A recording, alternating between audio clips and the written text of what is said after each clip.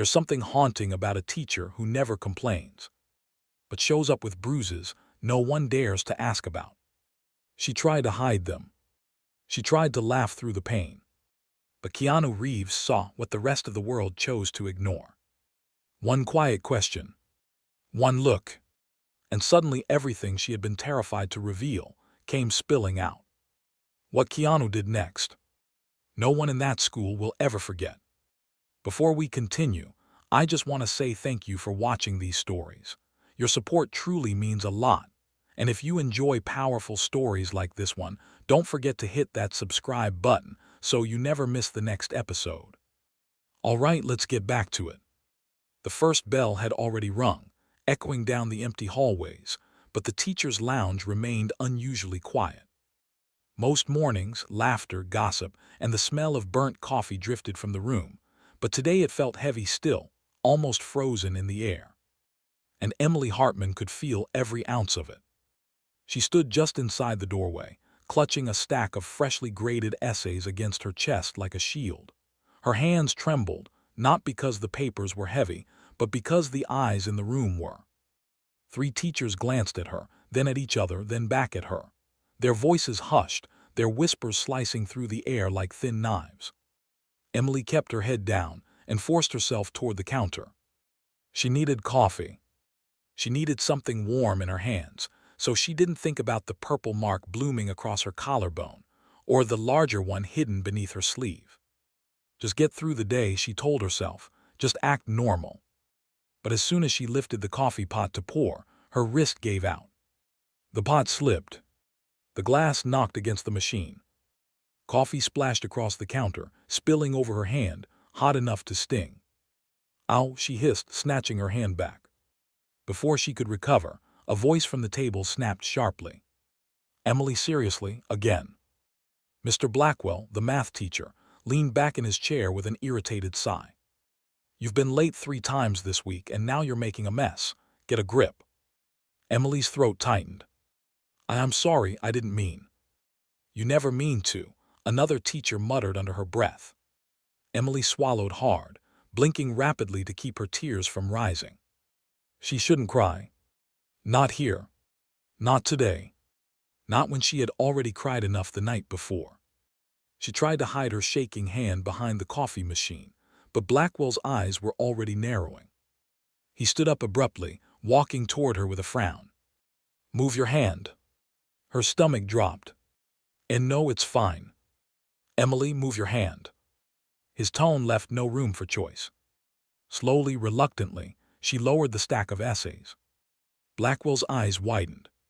A deep bruise, dark purple with streaks of yellow, wrapped halfway around her wrist, like fingers that had been pressed down too hard, too tightly. He stared for a second too long.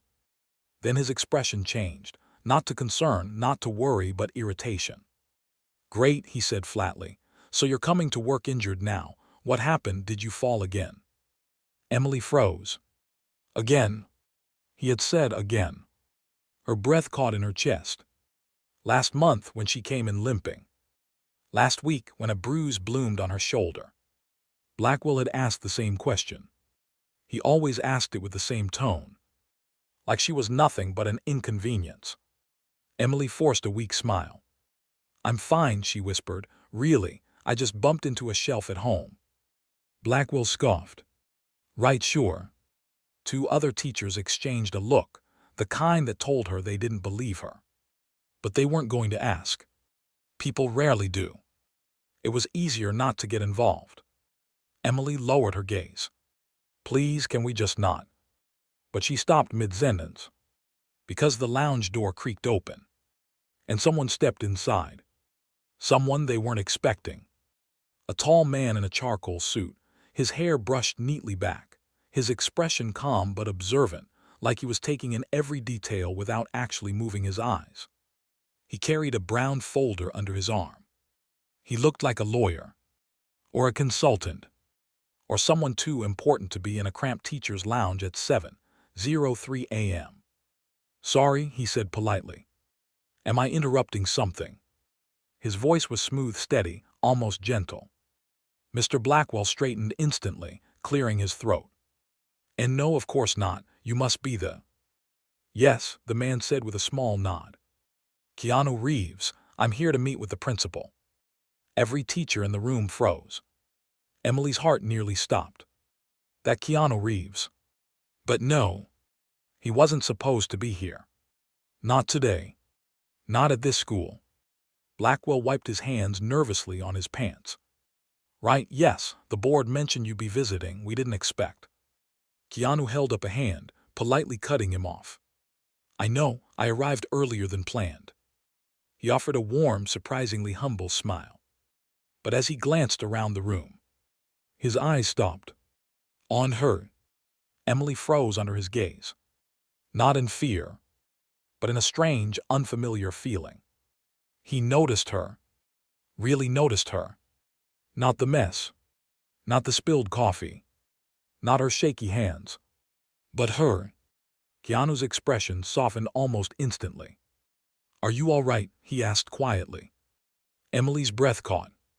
She opened her mouth, nothing came out. Blackwell quickly stepped forward. She's fine, he answered for her. She just makes mistakes when she rushes. Happens all the time. Emily stared at the floor. Keanu didn't look away. He didn't look convinced.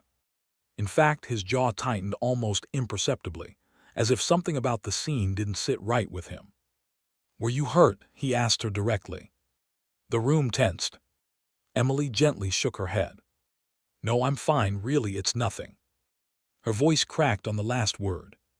Keanu's eyes flicked toward her wrist, then to her collarbone, then to her shoulder. She hadn't realized her neckline had shifted, exposing the faint edge of another bruise. A deeper one. A worse one. Keanu's expression changed subtly, but unmistakably. A shift from concern to focus, to something sharper. Blackwell cleared his throat loudly. If you need something, Mr. Reeves, the principal's office is just down the hall. Ms. Hartman has cleaning supplies to deal with this mess. Isn't that right? Emily winced. Cleaning supplies. Mess. That was all she was in their eyes. Keanu didn't move. His attention remained fixed on her, steady, patient, unblinking. Emily, he said gently, reading her name from her badge. Do you need help? It was such a simple question. But no one had asked her anything like it in months. For a moment, she nearly said yes. Nearly let everything inside her break open. But then she remembered the voice she heard the night before. Low. Dangerous. Slurred with anger. If you tell anyone. I swear, Emily. I'll make sure they find you worse next time. Her stomach twisted. No. She couldn't involve anyone. Especially not a stranger she'd never seen before. I'm okay, she whispered. Keanu studied her for a long moment. Then, surprisingly, he didn't push. He simply nodded. But his eyes said something else entirely. Something like, I don't believe you. And I'm not looking away. Blackwell clapped his hands together, awkwardly cheerful. Well, if we're all done here. But Keanu spoke first. I'll wait with you, he told Emily calmly, gesturing toward the doorway. If you're heading out now, I'll walk with you. I'd like to ask a few questions about the school environment before I speak to the principal. Emily blinked. Blackwell choked on his own breath. You want her? He asked, incredulous. To represent the school. Keanu's eyes hardened just slightly. I want her, he repeated. She seems observant and honest. Emily's chest tightened. No one had called her either of those things in a long time. She nodded timidly and stepped toward the door, hugging the essay stack close. Keanu held it open for her without a word. As she stepped into the hallway, she caught her reflection in the trophy case glass. Bruises peeking beneath her collar. A faint mark along her jaw. Her eyes tired and dim. She looked away quickly. Keanu walked beside her, hands clasped behind his back, posture calm and controlled. For the first few steps, neither said a word. Then he spoke softly. Emily, bruises don't happen by accident, not like that. She froze mid-step. Her throat tightened. A cold rush ran down her spine. She didn't know what terrified her more. The truth he saw, or the fact that someone finally saw it. She swallowed hard, eyes burning. I told you I'm fine. Keanu didn't break his stride. You don't have to tell me now, he said quietly. But you should know this, I'm not here by coincidence. Emily's heart skipped. She stared up at him. His eyes were calm, focused, steadfast. I came because someone on the school board said a teacher here had been showing up with unexplained injuries. Emily stopped breathing. He held her gaze. And I intend to find out why. Her grip tightened on the stack of essays. Something inside her cracked, not fully, but enough to let light through. A whisper escaped her trembling lips.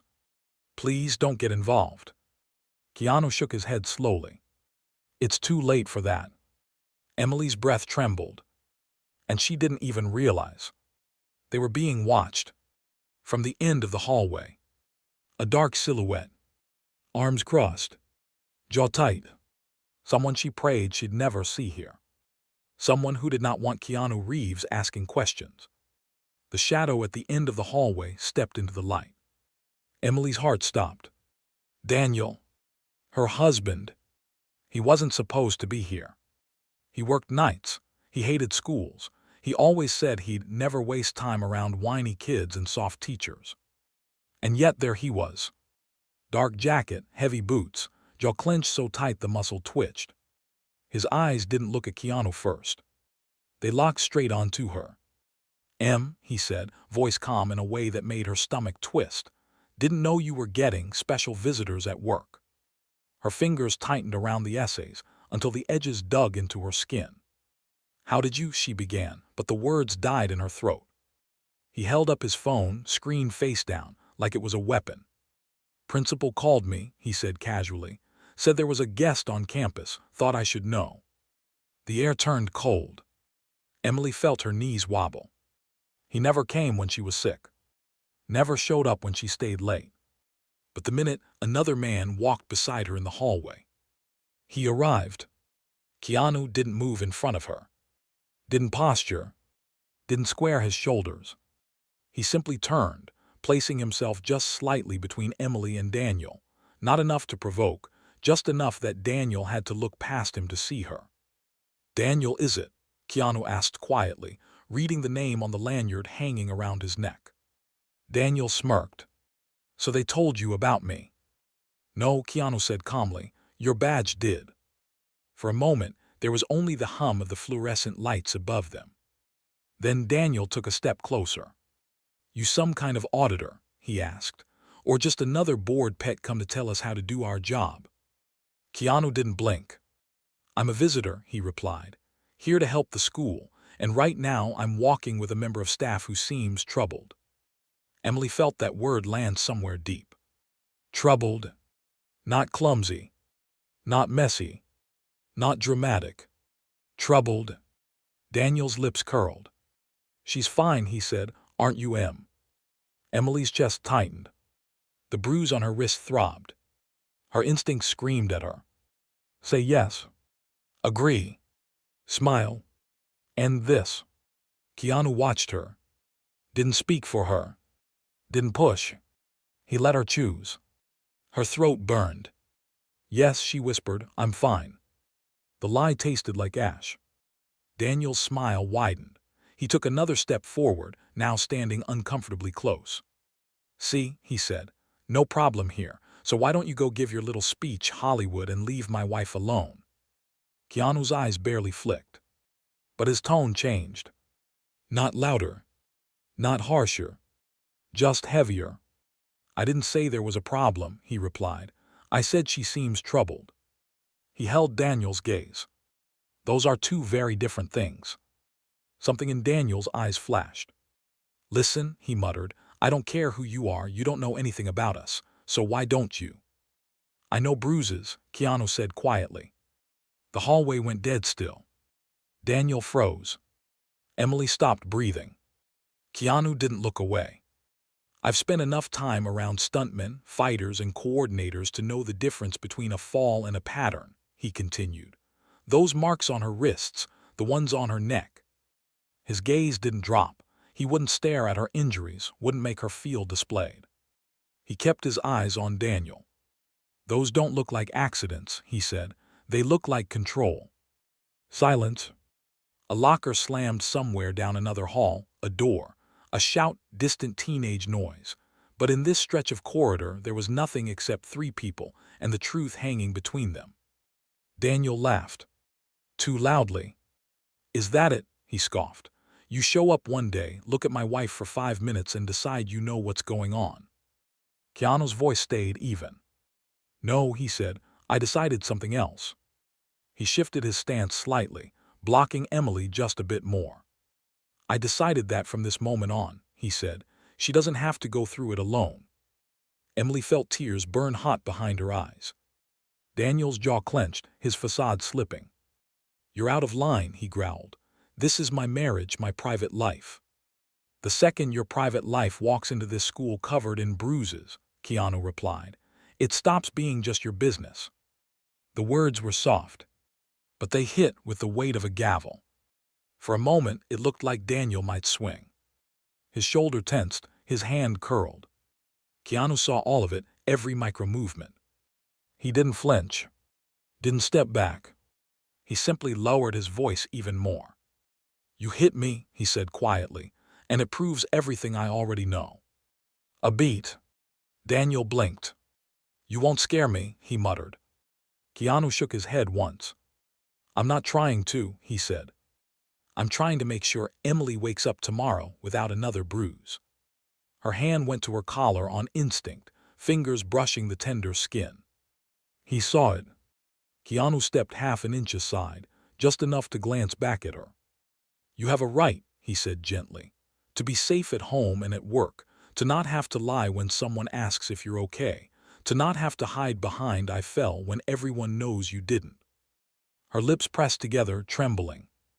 "You don't understand," she whispered, barely audible. "If this gets out, I'll lose everything. He'll." "He'll what?" Keanu asked quietly. She shut her eyes. Memories flashed behind them. The wall. The shouting. The grip on her arm. The smashed mug. The threats hissed at 2 a.m. "If you ever tell anyone, I swear, Emily." Her voice cracked. "He said he'd make sure I had nothing left," she whispered. "No job, no home, no reputation. Everyone here already thinks I'm clumsy. They'll just say I'm dramatic or unstable, and if he gets angry again."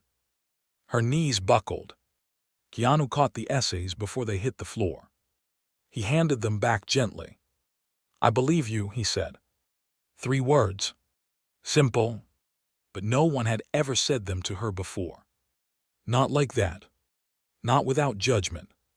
Not with that much certainty. Emily looked up at him, stunned. Daniel scoffed. "You're unbelievable," he spat. "You don't even know her. You don't know what she's like at home." Keanu held his ground. "I don't have to know what she's like at home," he said. "I can see what she looks like at work." He nodded toward her bruises. "And that's enough." Footsteps sounded behind them, heels echoing, keys clinking. The principal, Ms. Donovan, appeared at the corner, breath slightly short from walking briskly. "There you are," she said, forcing a smile that faded as soon as she saw the tension. "Is everything all right out here?" Daniel straightened immediately. "Just a misunderstanding," he said smoothly. "Emily and I were having a private conversation." Ms. Donovan's eyes flicked to Emily's face, then to Keanu, then back to Emily. Keanu spoke before anyone else could. "Ms. Donovan," he said politely, "we need to talk. Now, all 4 of us, in your office." Daniel bristled. "I don't answer to you," he snapped. "You will answer to someone," Keanu replied. "And it might be better for everyone if it starts with her principal and not a detective." That shut him up. Ms. Donovan swallowed.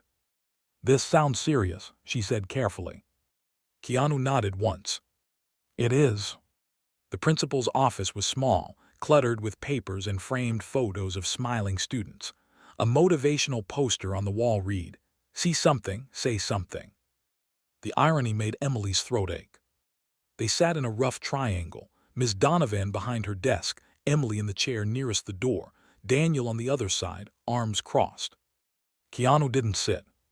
He leaned against the filing cabinet with quiet, controlled stillness, close enough to be included, far enough not to loom.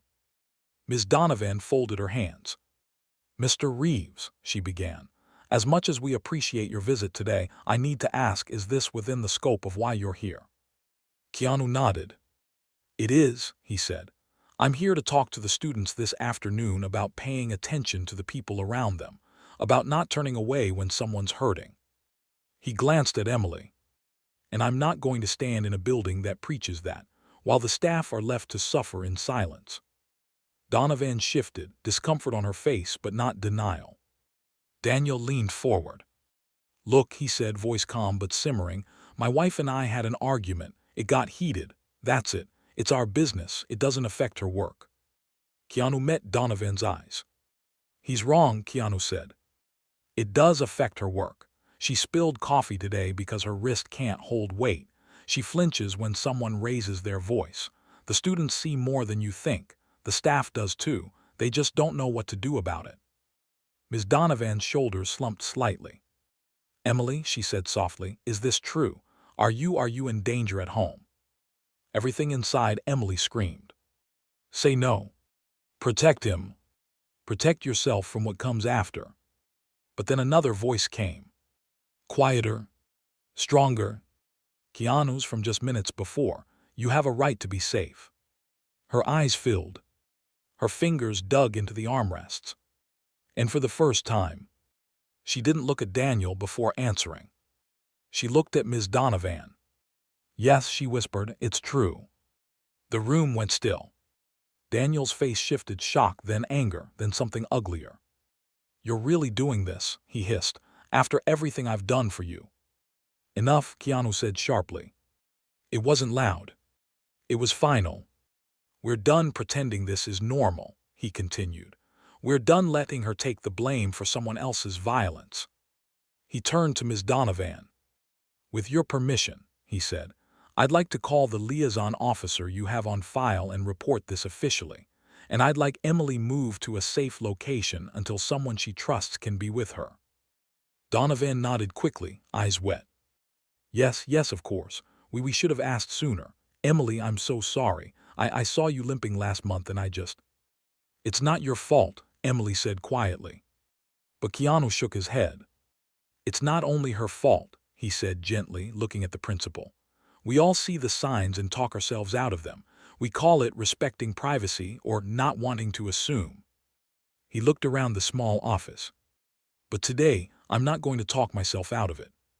Daniel shot to his feet. "This is ridiculous," he snapped. "I'm not sticking around for this circus." He moved toward the door.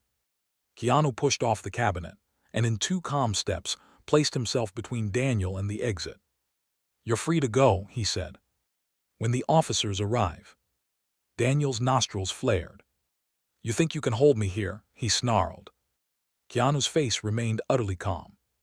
"I think it would be a very bad idea to try and push past me right now," he replied.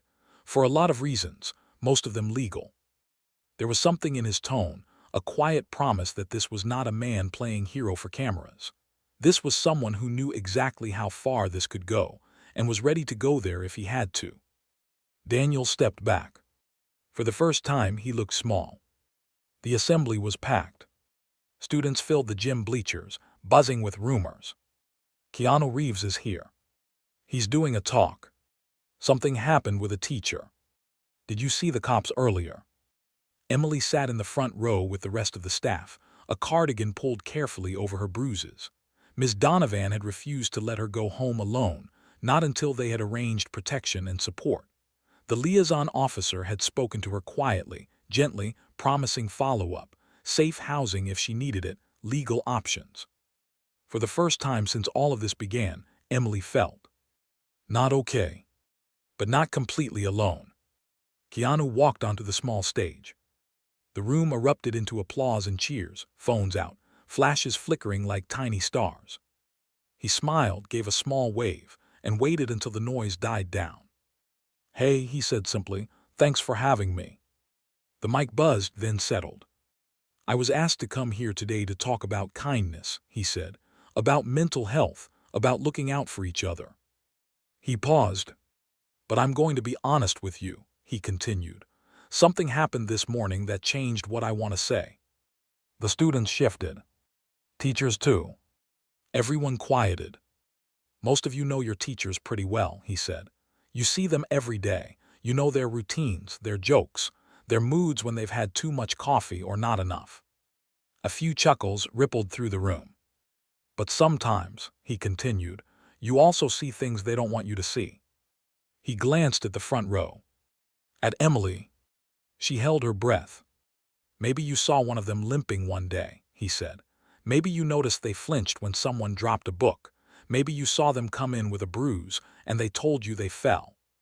Silence fell even heavier. A few students turned their heads, eyes landing on her.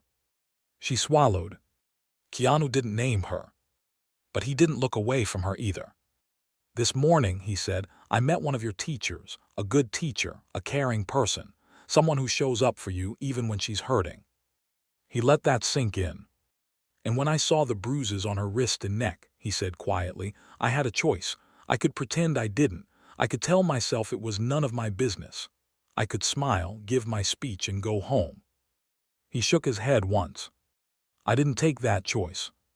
The gym felt like it was holding its breath. Because if we tell young people to speak up when something is wrong, he said, then we adults have to be willing to do the same. His voice stayed soft, but it filled the room. So I asked questions, he went on. I stayed, I listened, and I believed her. Emily's eyes blurred.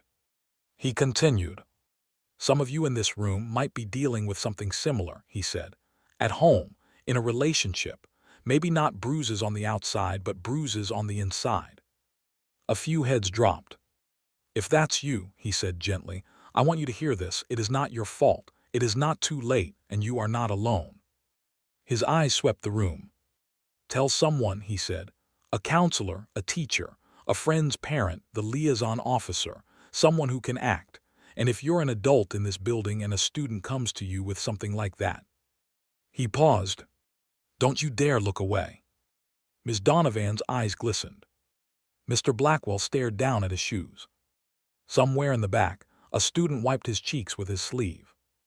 And one more thing, Keanu added. To those of you who see something and laugh, or record it, or share it online instead of stepping in.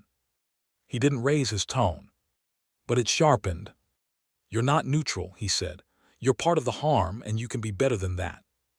He stepped back from the mic, then added almost as an afterthought. This school has agreed to start a support program, he said. For staff and students dealing with violence at home, I'm going to help fund it. No one here should have to choose between their safety and their silence ever again. The whole gym murmured. Students looked at each other, wide-eyed. Teachers stared. No one expected that. Not just a speech. Not just a movie star visit. A concrete change. A line drawn. A decision that this place wouldn't be the same after today. Then, for just a moment, Keanu lowered his head and looked straight at Emily. He didn't smile big or make a dramatic gesture. He just gave her a small, steady nod. The kind that meant, you did the brave thing. You're not invisible anymore. This is only the beginning. Emily's vision blurred completely now, tears finally spilling over. But they weren't just from fear. For the first time in a very long time. They were from relief. The entire school sat in stunned silence. Because that morning, Keanu Reeves came to give a talk. Instead, he had quietly exposed a hidden wound in their halls, protected someone everyone had ignored, and showed them all exactly what it looks like when one person refuses to look away.